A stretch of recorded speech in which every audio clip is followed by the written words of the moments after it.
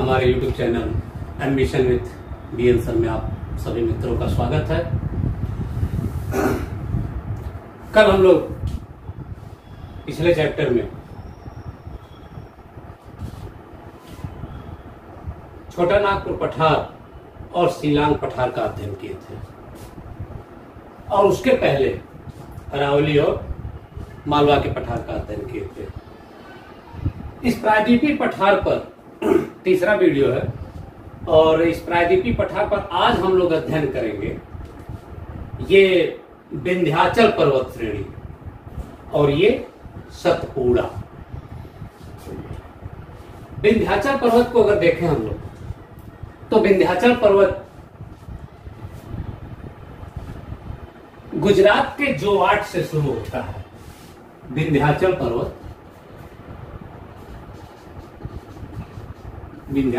जो है गुजरात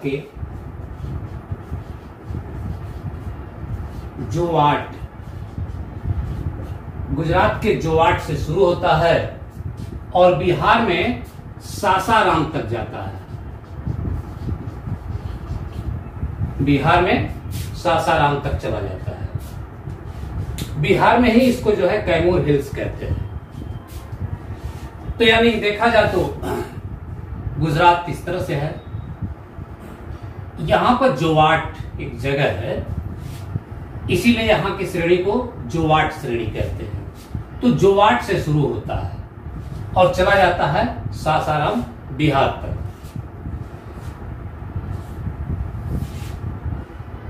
यह लगभग 1200 किलोमीटर लंबा है।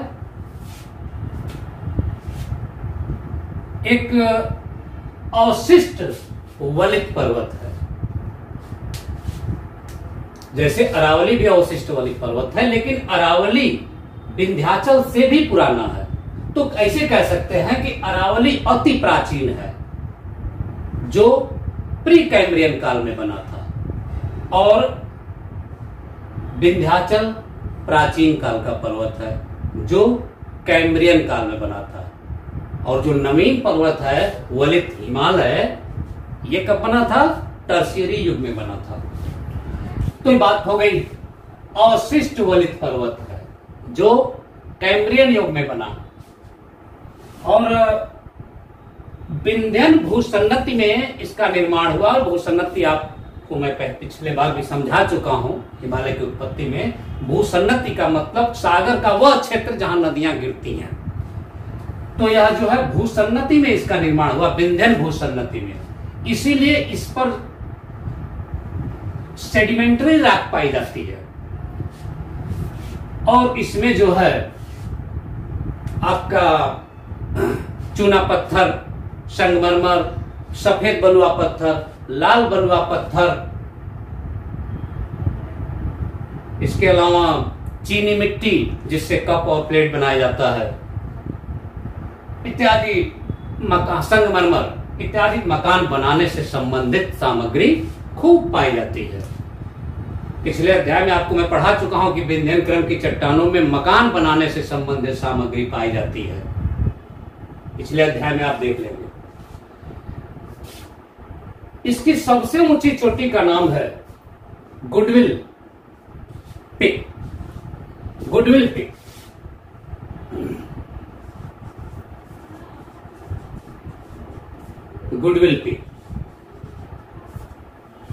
जो मध्य प्रदेश में है। इसी को कहते हैं सद्भावना शिखर। सद्भावना शिखर जो 775 मीटर ऊंचा है।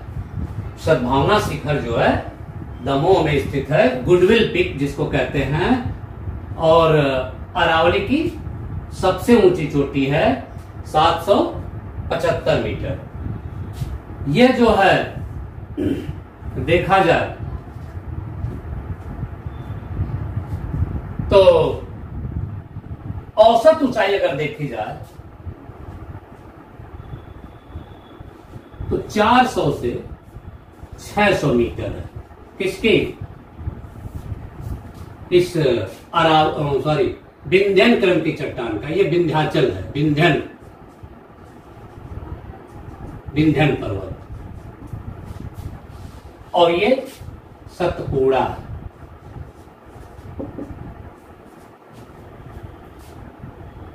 तो इस तरह से जो है आपने इसकी औसत ऊंचाई देखी। गुडविल पीक इसकी सबसे ऊंची चोटी है, जिसे सद्भावना शिखर भी कहते हैं। ये गुजरात के जोहाट से शुरू होता है विंध्याचल, और चला जाता है बिहार में सासाराम तक। देखा जाए तो यह कौन कौन से स्टेट में है? गुजरात, एमपी, मध्य प्रदेश सबसे ज्यादा, इसलिए इसको जो है मध्य प्रदेश की पहाड़ी कहा भी जाता है। विंध्याचल को सबसे ज्यादा हिस्सा जो है मध्य प्रदेश में है। इसके अलावा देखा जाए तो यूपी में भी जो है, जैसे विंध्याचल हम लोगों के यहाँ जो है जो जाते हैं विंध्याचली का दर्शन करने मिर्जापुर में, तो यूपी में भी है। अगर इसका थोड़ा सा हिस्सा देखा जाए तो छत्तीसगढ़ में भी है, और झारखंड में भी देखने को मिलता है। ये झारखंड में पारसनाथ की पहाड़ी है ना, पारसनाथ की पहाड़ी, पारसनाथ, तो ये पारसनाथ की पहाड़ी जो है विंध्यन क्रम में ही आती है, और जो झारखंड में है। और उसके बाद बिहार, जहां इसको कैमूर कहते हैं, कैमूर श्रेणी कहते हैं। अब देखिए, गुजरात, एमपी, यूपी 3, छत्तीसगढ़ 4, झारखंड 5, बिहार 6, यानी यह 6 राज्यों में फैला हुआ है। लेकिन सबसे ज्यादा मध्य प्रदेश में है, इसलिए इसे मध्य प्रदेश की पहाड़ी के नाम से भी जानते हैं। ये तो रही बात इसके फैलाव की। अगर देखा जाए तो इसकी कई शाखाएं हैं। जैसे मान लीजिए कि ये विंध्याचल है, तो यहां पर इसको जो है जोवाट कहते हैं, इसको यहां पर जोवाट कहते हैं। आगे बढ़ते हैं तो इसी को हम लोग जो है जनापाव की पहाड़ी भी कहा जाता है, जहां से चंबल नदी निकलती है। जनापाव पहाड़ी, आगे विंध्यन क्रम की चट्टानें हैं। उसके आगे जो है भांडेर, भांडेर कहते हैं। उसके आगे इसको जो है कैमूर कहते हैं। जगह जगह इसका अलग अलग नाम है। एक और इसमें से एक जो है पहाड़ी जो है फुट करके गई है, जिसको जो है ये भी एमपी में ही है, सोनपर कहते हैं। इसको क्या कहते हैं? सोनपर। कभी कभी पूछता है कि सोनपर जो पहाड़ी है वो किसका हिस्सा है, तो वो किसका हिस्सा है? इस आपके जो है विंध्याचल का हिस्सा है। सोनपर किसका हिस्सा है? विंध्याचल का हिस्सा है। और यहां पर पन्ना की पहाड़ी है, ऐसे ही जो है चली गई है कट करके। पन्ना, पन्ना की पहाड़ी, और ये आगे चला गया है बिहार तक, कैमूर की पहाड़ी। यानी जोवाट, जनापाव, भांडेर, कैमूर, सोनपर, पन्ना, जगह जगह इसका अलग अलग नाम है, जिसकी कुल लंबाई लगभग 1200 किलोमीटर। अब जो है देखा जाए तो ये जो हिस्सा है जहां पे पन्ना पहाड़ी और कैमूर पहाड़ी के बीच में, ये और यहां, तो इसी को कहते हैं भांडेर पठार। पन्ना और भांडेर के बीच वाला हिस्सा जो है इसको कहते हैं भांडेर पठार, और इसको कहते हैं रीवा का पठार। क्या कहते हैं इसको? रीवा पठार। देख रहे हैं ना, ये सब जो है कहां पड़ जाता है, यहां से लेकर इस तरह जो है ये आपका एमपी में पड़ जाता है। सोनपुर भी एमपी में है, पन्ना भी एमपी में है। तो ये तो इसकी जगह जगह अलग अलग इसके क्या क्या नाम है आपने देखा। अक्सर परीक्षाओं में पूछा जाता है कैमूर पहाड़ी किसका हिस्सा है, तो जो है विंध्याचल का हिस्सा है। विंध्याचल पहाड़ी का सबसे पूर्वी श्रेणी को क्या कहते हैं, तो कैमूर श्रेणी कहते हैं। पश्चिम में सबसे क्या कहते हैं, तो जोवाट श्रेणी कहते हैं। जोवाट गुजरात के जोवाट से शुरू होता है। तो ये तो हो गया क्या क्या इसको कहते हैं। आगे अगर देखा जाए तो इसको कई भागों में बांटा गया, लेकिन जो ये विंध्याचल श्रेणी देख रहे हैं, विंध्याचल की विशेषता है कि ये उत्तर भारत और दक्षिण भारत का जल विभाजक का काम करता है। जैसे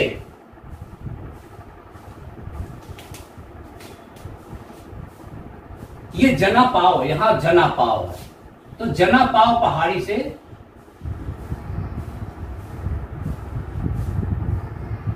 ये चंबल नदी निकलती है, और चंबल की तमाम सहायक नदियां हैं, जैसे छिप्रा है, काली सिंध है, बेतवा है, इसके अलावा केन है,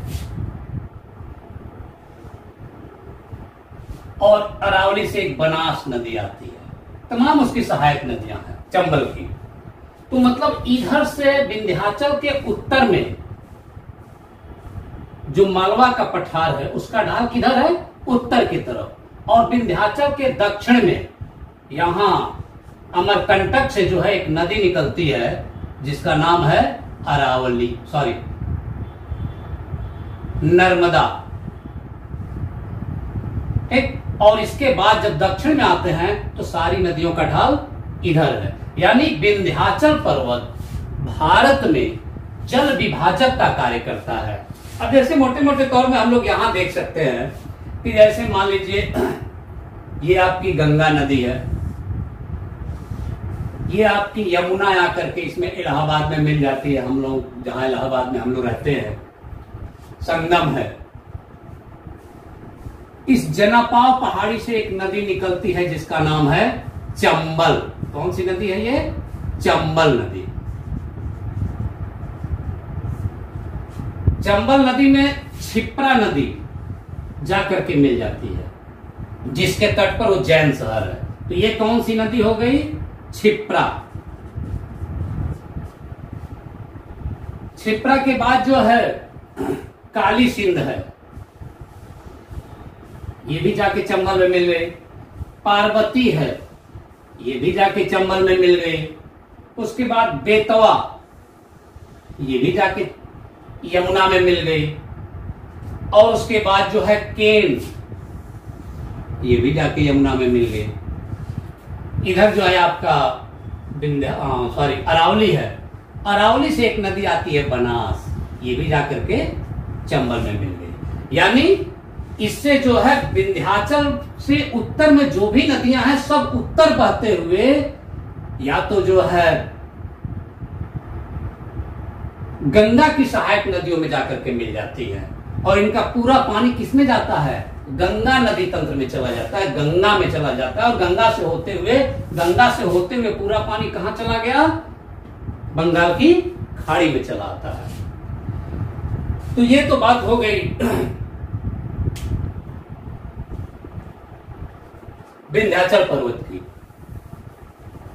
अब विंध्याचल पर्वत में अगर हाँ एक चीज देखा जाए तो जो ये विंध्याचल पर्वत है, तो ये आपका हिस्सा जो है मालवा का पठार, और विंध्याचल के उत्तर में यहां पर जो है बुंदेलखंड का पठार, और यहां पर इसके उत्तर में जो है बघेलखंड का पठार है।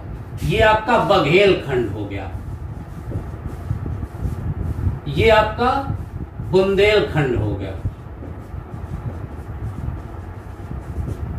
और ये आपका मालवा का पठार हो गया।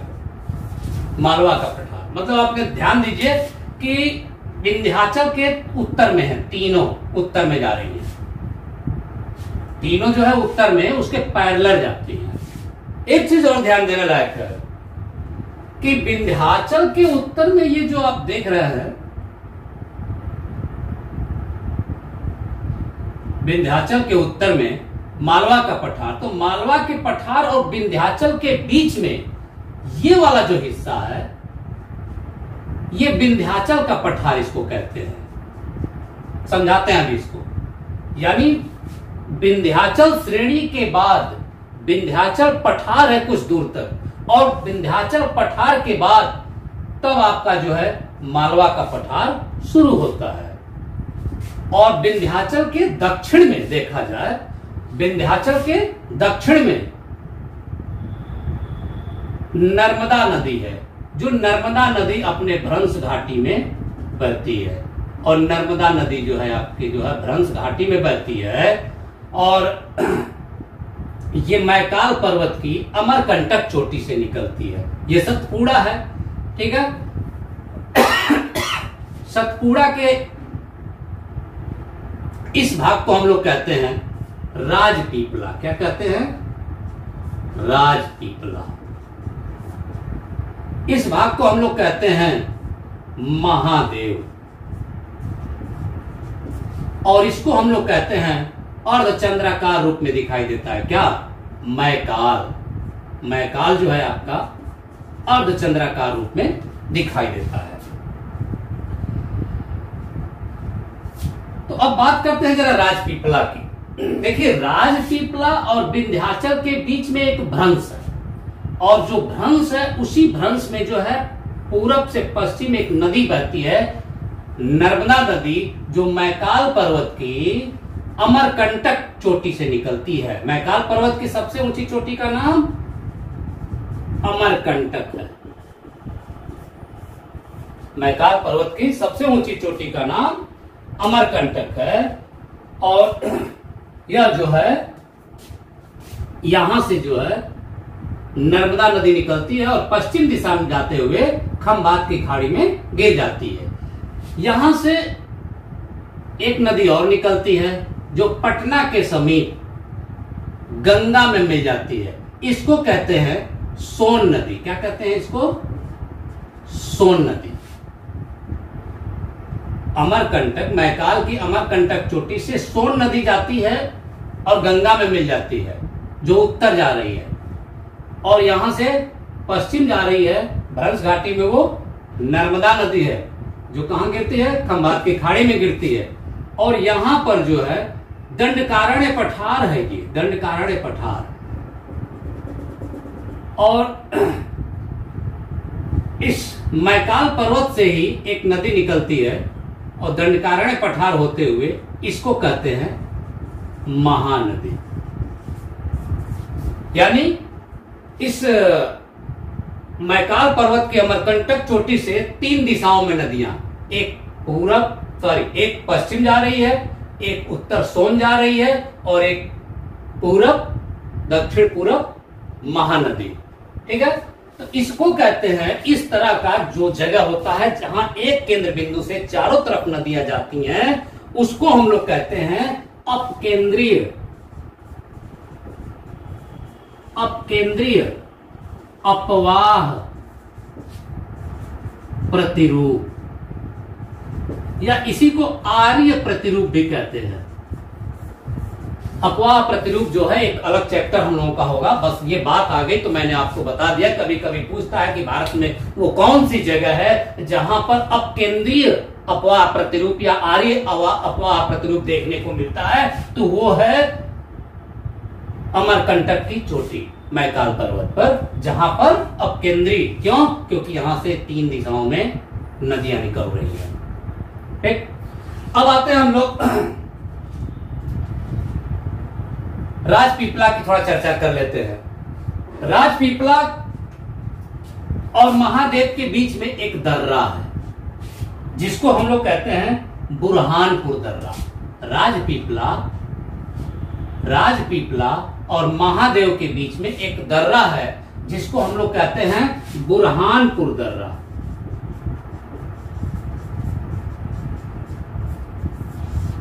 जिससे हमारा परिवहन मार्ग इस पार से उस पार चला जाता है और चला आता है। तो बुरहानपुर दर्रा कभी पूछ दिया है आपसे कि किस श्रेणी पर है, तो सतपुड़ा श्रेणी पर है। किन दो श्रेणियों के बीच में है, तो राजपीपला और महादेव के बीच में है। ठीक है, यानी बुरहानपुर दर्रे के पश्चिम वाला हिस्सा राजपीपला और पूर्व वाला हिस्सा महादेव पर्वत कहते हैं। ये बात हो गई। अब अगर हम लोग देखा जाए तो राजपीपला को जो है अखरानी, बीजागढ़, असीरगढ़, खंडवानी कई नामों से जाना जाता है। असरानी, बीजागढ़, असीरगढ़ और खंडवानी, जगह जगह इसका अलग अलग नाम है राजपीपला का। ठीक है, और राजपीपला पर काली मिट्टी पाई जाती है, जबकि महादेव और मैकाल पर लाल मिट्टी पाई जाती है। काली मिट्टी पर कपास की पैदावार ज्यादा होती है, जबकि यहां पर जो है मोटे अनाज की पैदावार होती है। ये भाई बात हो गई। अब आते हैं जरा महादेव जी के बारे में चर्चा कर लेते हैं। महादेव पहाड़ी की सबसे ऊंची चोटी का नाम है धूपगढ़। महादेव पहाड़ी की सबसे ऊंची चोटी का नाम है धूपगढ़, जो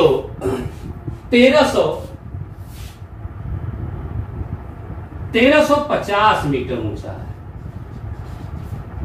महादेव पहाड़ी की सबसे ऊंची चोटी का नाम है धूपगढ़, जो 1350 मीटर ऊंचा है। और मध्य प्रदेश की सबसे ऊंची चोटी का नाम भी है धूपगढ़। यह भी जानना चाहिए, कभी आपसे पूछ दिया कि मध्य प्रदेश की सबसे ऊंची चोटी कौन है, तो धूपगढ़। कितनी ऊंची है, तो 1350 मीटर ऊंची है। धूपगढ़ चोटी के पास ही एक यहां पर पंचमढ़ी हिल स्टेशन, क्या है, पंचमढ़ी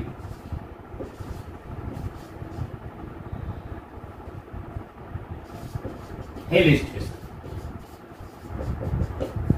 जो एक पर्यटन स्थल है, घूमने लायक जगह है, बहुत खूबसूरत जगह है। कभी भी आपको मौका मिले पहले सिलेक्शन लीजिए, उसके बाद घूमने जाइएगा। पंचमढ़ी घूमने की जगह है, बहुत अच्छी जगह है। और पंचमढ़ी जो है वहां बायोस्फीयर भी है, आप जाएंगे तो वहां घूमेंगे।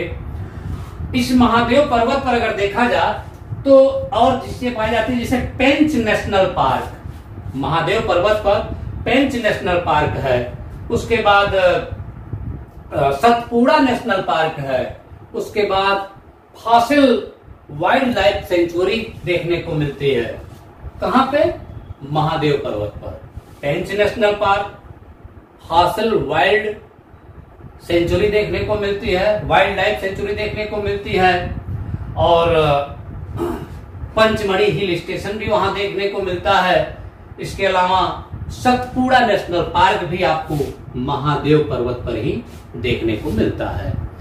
अगर देखा जाए तो महादेव पर्वत के दक्षिण में बैतुल का पठार है। ये क्या है, बैतुल का पठार। महादेव पर्वत के दक्षिण में ये बैतुल का पठार है,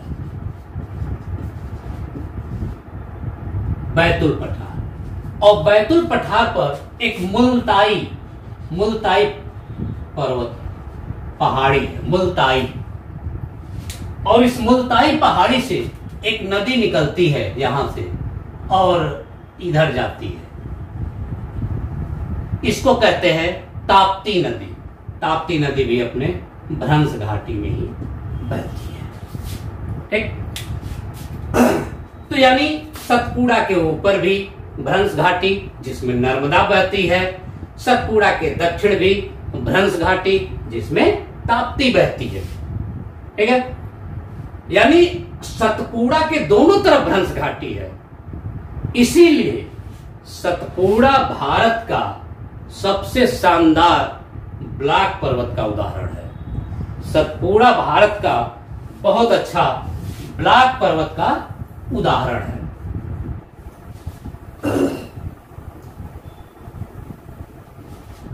उत्तर से जरा क्रम देखिए। ऐसे जो है क्रम हमेशा याद रखना चाहिए, कभी कभी परीक्षाओं में क्रम बैठाने को दे देता है। मालवा का पठार, मालवा पठार के दक्षिण में विंध्याचल का पर्वत, विंध्याचल पर्वत के दक्षिण में नर्मदा घाटी, नर्मदा भ्रंश घाटी, और नर्मदा भ्रंश घाटी के दक्षिण में सतपुड़ा पर्वत, और सतपुड़ा के दक्षिण में ताप्ती भ्रंश घाटी। ये क्रम आपको याद होना चाहिए। उत्तर से दक्षिण कभी कभी क्रम बैठाने को दे देता है यूपीएससी में, तो उसको आपको ध्यान देना होगा।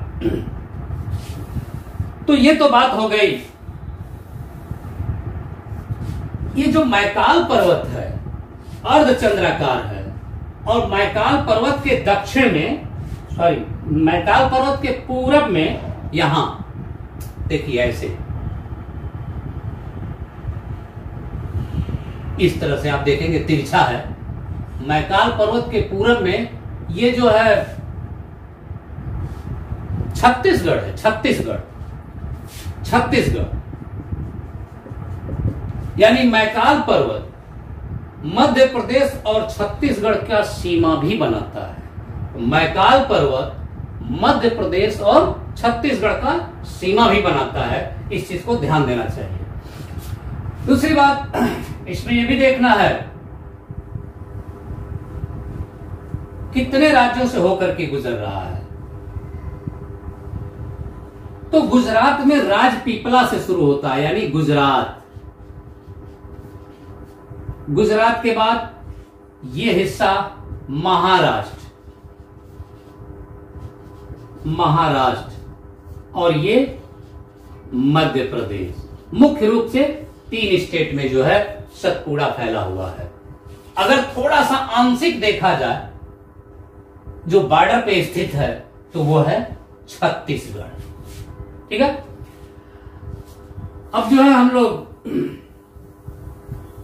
थोड़ा इसका उत्तर से दक्षिण पार्श्व चित्र आपको मैं बताऊं और इसको समझने की जरूरत है। जैसे मान लीजिए ये गंगा का मैदान, ये गंगा का मैदान, उसके बाद ये आपका मालवा, और ये मैदानी भाग। मालवा के बाद ये आपका हो गया विंध्य पठार, विंध्याचल पठार। उसके बाद आगे जब चलेंगे तो इस तरह से जो है विंध्याचल पर्वत, और यहां खड़ा ढाल हो गया। उसके बाद ऐसे आगे चलेंगे, ये सतपुड़ा पर्वत,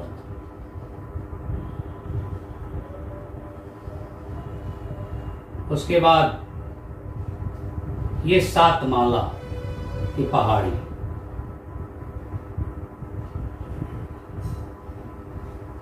और इस तरह से जो है ये दक्कन का पठार हो गया। अगर देखा जाए इसका पार्श्व चित्र बनाया जाए, ये दक्कन का पठार, तो ये तो आपका मैदानी क्षेत्र हो गया जहां जलोढ़ मैदान का निक्षेप है, खेती बहुत अच्छी होती है। इसके बाद ये मालवा का पठार है,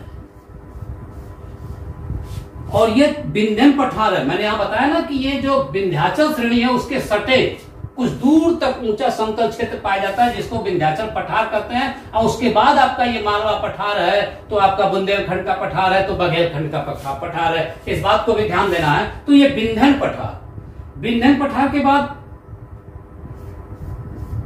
ये आपका जो है विंध्याचल पर्वत है।